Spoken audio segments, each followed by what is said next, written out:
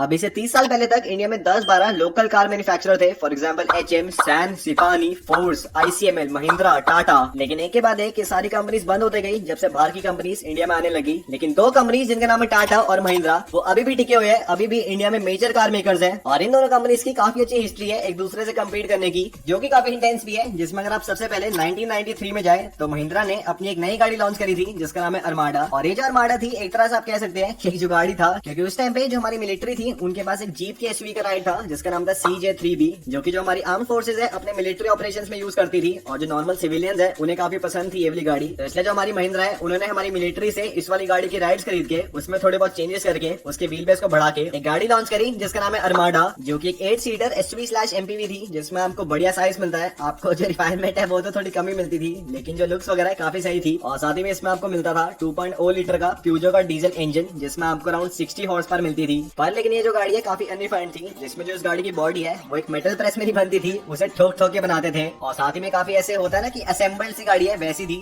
पर लेकिन इस गाड़ी की डिमांड काफी डिसेंट हो गई, तो इसलिए टाटा को लगा क्यों ना हम भी इस वाले सेगमेंट में अपनी गाड़ी लॉन्च करें। और उस टाइम जो टाटा है काफी ज्यादा बड़े थे एज कम्पेयर टू महिंद्रा। उनका साइज काफी बड़ा था, उनके पास ज्यादा टेक्नोलॉजी थी, ज्यादा बढ़िया एम्प्लॉयर्स थे, ज्यादा बड़ी फैक्ट्रीज थी और ज्यादा बढ़िया मार्केट रीच थी एज कम्पेयर टू महिंद्रा। जो कि आप कह सकते हैं कि जैसे आज इंडिया में फोर्स मोटर्स है वैसे उस टाइम पे इंडिया में महिंद्रा थी। तो इसलिए 1994 में एक्जैक्टली एक साल बाद टाटा लॉन्च करती है अपनी सुमो को, जो कि एक 10 सीटर एसयूवी होती है जिसमें आपको अरमाडा की तरह प्यूजो का डीजल इंजन मिलता है। लेकिन इस गाड़ी की जो फॉर्मेशन है मिलिट्री के तौर पे काफी डिफरेंट थी, क्योंकि जो अरमाडा है उसको जो मिलिट्री की जीप थी उसके राइड्स को खरीद के बनाया गया था, लेकिन जो सुमो है वो मिलिट्री को सप्लाई हो रही थी। और साथ ही में इस गाड़ी में आपको अरमाडा की तरह 4x4 और 4x2 दोनों वर्जन मिलते थे। और साथ ही में जो गाड़ी है काफी ज्यादा डिफाइंड थी एज कम्पेयर टू अरमाडा। इसकी अगर आप बॉडी लाइंस देखो, अगर आप इसकी लुक्स देखो, और इसलिए इस गाड़ी के जो सक्सेस है काफी तगड़ा हुआ, क्योंकि 3 साल बाद ही लॉन्च के इस गाड़ी के इंडिया में 1 लाख यूनिट्स बिक गई थी। और साथ ही में टाटा को काफी बड़े बड़े मिलिट्री ऑर्डर्स भी मिल गए थे इस गाड़ी के लॉन्च के बाद। तो इसलिए महिंद्रा को थोड़ा समझ रही हूँ ना डिफीट फेस करनी पड़ी इस गाड़ी के लॉन्च के बाद, जबकि महिंद्रा खुद ने इस वाले सेगमेंट को इंडिया में लॉन्च करा था।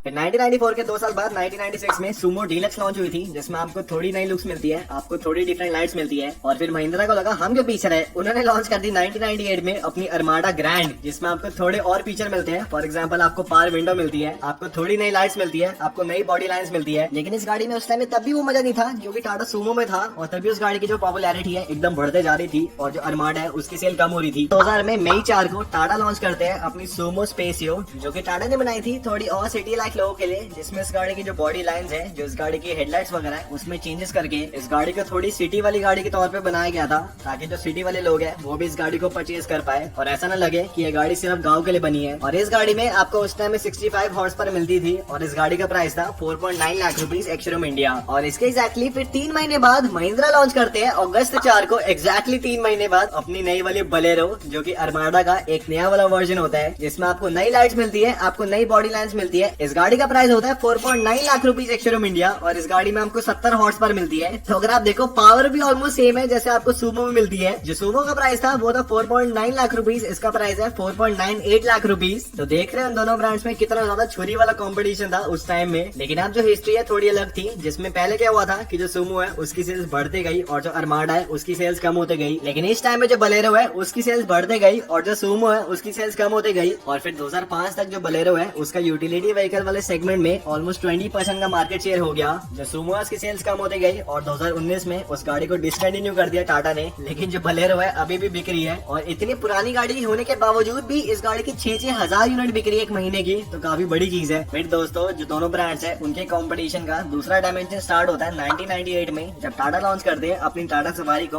8.9 लाख रुपीज एक्स-शोरूम इंडिया के दाम में। इसमें आपको मिलता है 2.0 लीटर का डीजल इंजन, जिसमें आपको 87 हॉर्स पर मिलती है। और इसी के 1 साल पहले 1997 में महिंद्रा ने अपने एक नए प्रोजेक्ट पे काम करना शुरू कर दिया था, जिसका नाम है प्रोजेक्ट स्कॉर्पियो। जिसमें महिंद्रा का इनिशियल एम था इस वाले कंसेप्ट में कि महिंद्रा कोई भी एक 10 सीटर गाड़ी का प्लेटफॉर्म लेंगे और उसे 13 सीटर MPV में कन्वर्ट कर देंगे और इंडिया में बेचेंगे। पर लेकिन फिर जब 1998 में टाटा सवारी लॉन्च होती है तो महिंद्रा ने जो अपनी इनिशियल आइडियोलॉजी है उसे पूरा हटा के एक नई एसयूवी की डेवलपमेंट शुरू कर दी, जो कि टाटा सफारी से राइवल कर पाएगी, जो कि एक 7 या फिर 8 सीटर एसयूवी होगी, जिसमें आपको बढ़िया लुक्स मिलेगी और आपको ऐसे माचो वाली ऑफ रोडिंग मिलेगी। और फिर 2002 में महिंद्रा लॉन्च करते हैं अपनी स्कॉर्पियो को 5.5 लाख रुपए एक्स-शोरूम इंडिया के प्राइस में, जो कि सफारी से काफी कम होता है। लेकिन इस गाड़ी में आपको सफारी से बढ़िया लुक्स मिलती है, आपको ऑलमोस्ट उतना साइज मिलता है। तो इन दोनों ब्रांड्स की जो दूसरी राइवलरी है यहाँ पे स्टार्ट होती है। फिर 2003 में टाटा क्या करते हैं कि उस टाइम में जो पेट्रोल वाले इंजन है उनकी डिमांड डिमांड काफी बढ़ रही थी कस्टमर्स के बीच में, तो इसलिए टाटा सफारी में एक पेट्रोल का ऑप्शन आता है जिसका प्राइस होता है 9.35 लाख रुपीज एक्स-शोरूम इंडिया। फिर उसके कुछ महीने बाद महिंद्रा लॉन्च करती है अपनी स्कॉर्पियो रेव 116 जिसमें आपको पेट्रोल का ऑप्शन मिलता है और इस गाड़ी का प्राइस होता है 7 लाख रुपीज एक्स-शोरूम इंडिया। तो 2.5 लाख रुपए का फर्क था दोनों गाड़ियों के प्राइस में और जो पावर है ऑलमोस्ट सेम आपको मिलती थी दोनों कार्स में।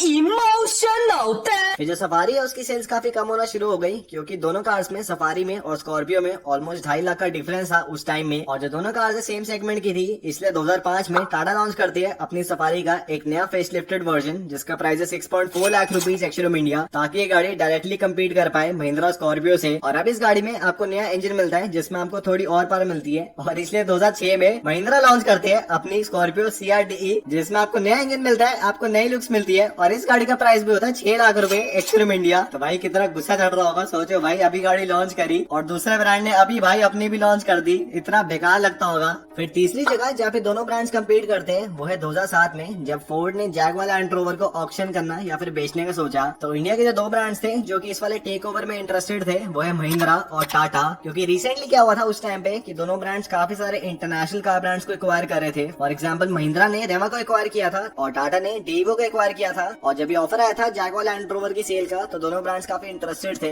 लेकिन बाद में जो महिंद्रा है उन्होंने बैक ऑफ कर दिया क्योंकि उन्हें लगा कि काफी एक बड़ा रिस्क होगा, क्योंकि उस टाइम यूरोप में काफी सारे एमिशन नॉर्म लगने शुरू हो गए थे, तो इसलिए गाड़ियों को वैसा बनाना काफी महंगा पड़ता। लेकिन टाटा हटे नहीं, उन्होंने इस वाले ब्रांड को एक्वायर किया और इस वाले डायमेंशन में टाटा जीत गए। फिर दोस्तों 2010 में टाटा अपनी एक नई गाड़ी लॉन्च करते हैं जिसका नाम है आर्या, जो कि एक लग्जरी टाइप एसयूवी थी जिसमें आपको बढ़िया फीचर मिलते हैं। फॉर एग्जाम्पल आपको जीपीएस मिलता है, आपको 6 एयरबैग्स मिलते हैं, आपको ऑल व्हील ड्राइव सिस्टम मिलता है, आपको 2.2 लीटर का डीजल इंजन मिलता है जिसमें आपको 320 Nm का टॉर्क मिलता है, आपको ESP मिलता है, आपको 6 एयरबैग्स मिलते हैं। मतलब जो गाड़ी है काफी अच्छी थी और इस गाड़ी का प्राइस होता है 10.4 लाख रुपीज एक्स-शोरूम इंडिया। 2011 में महिंद्रा लॉन्च करते हैं अपनी XUV 500 जिसमें आपको जीपीएस मिलता है, आपको 6 एयरबैग्स मिलते हैं, आपको ESP मिलता है, आपको 2.2 लीटर का डीजल इंजन मिलता है जिसमें 320 Nm का टॉर्क होता है और इस गाड़ी का प्राइस होता है 11.4 लाख रुपीज एक्स-शोरूम इंडिया। तो दोनों कार्स में आपको एक्जैक्टली सेम फीचर्स मिलते हैं, आपको सेम इंजन मिलते हैं, बस 1 लाख रुपए का प्राइस का डिफरेंस होता है। लेकिन जो XUV है उसकी थोड़ी बढ़िया लुक्स होती है और इसलिए इस वाली फाइट में जो महिंद्रा वो जीत जाते हैं, क्योंकि जो आर्या है उसकी सेल्स बढ़िया होती नहीं है, लेकिन जो महिंद्रा की XUV 500 है उसकी बहुत ही बढ़िया सेल होती है और इस वाले डायमेंशन में महिंद्रा जीत जाते हैं ऑफिशियली।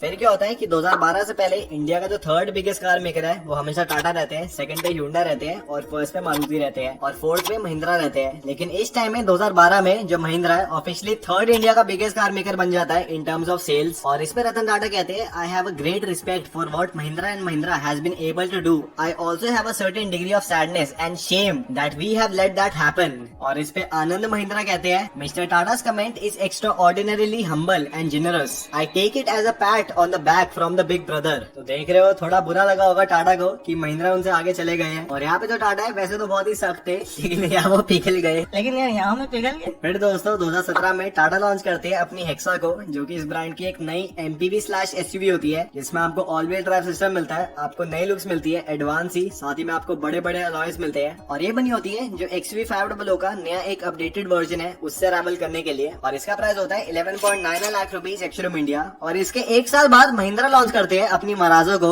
जो कि इस ब्रांड की एक नई MPV होती है जो कि हेक्सा वाले सेगमेंट की नहीं होती, उससे थोड़ी छोटी होती है, लेकिन इसका प्राइस होता है 9.9 लाख रुपीज एक्स-शोरूम इंडिया। तो भाई दोबारा इतना गुस्सा चढ़ा होगा, इतनी मेहनत करके गाड़ी को बनाया, लॉन्च करा और फिर महिंद्रा एक नई गाड़ी लॉन्च करते हैं उसी वाले सेगमेंट में जो कि उससे सस्ती होती है। लेकिन इस बार कोई भी ब्रांड जीता नहीं, क्योंकि ना तो हेक्सा बढ़िया बिकी ना तो मराजो बढ़िया बिकी, दोनों फेल हो गई। और अभी अगर आप देखें तो जो महिंद्रा है और टाटा है उनकी काफी सारी कार्स आती है जो कि एक दूसरे से कम्पीट करती है। फॉर एग्जाम्पल नेक्सॉन और XUV 300 जिसमें नेक्सॉन जीती है, सफारी और XUV 700 जिसमें XUV 700 जीती है, साथ ही में पंच और KUV 100 जिसमें पंच जीती है। तो यही है कि दोनों ब्रांड्स ने काफी कम्पीट करा है अपनी पूरी एग्जिस्टेंस में और मेरे ख्याल से इसी वाले बढ़िया कंपटीशन की वजह से ये ब्रांड्स आज तक टिके हुए हैं और जो ह्यूंडई मारुति जैसी कंपनीज है उनको टैकल कर पा रही है। और यही था आज की वीडियो में। अगर आपको पसंद आए तो लाइक शेयर सब्सक्राइब कर देना।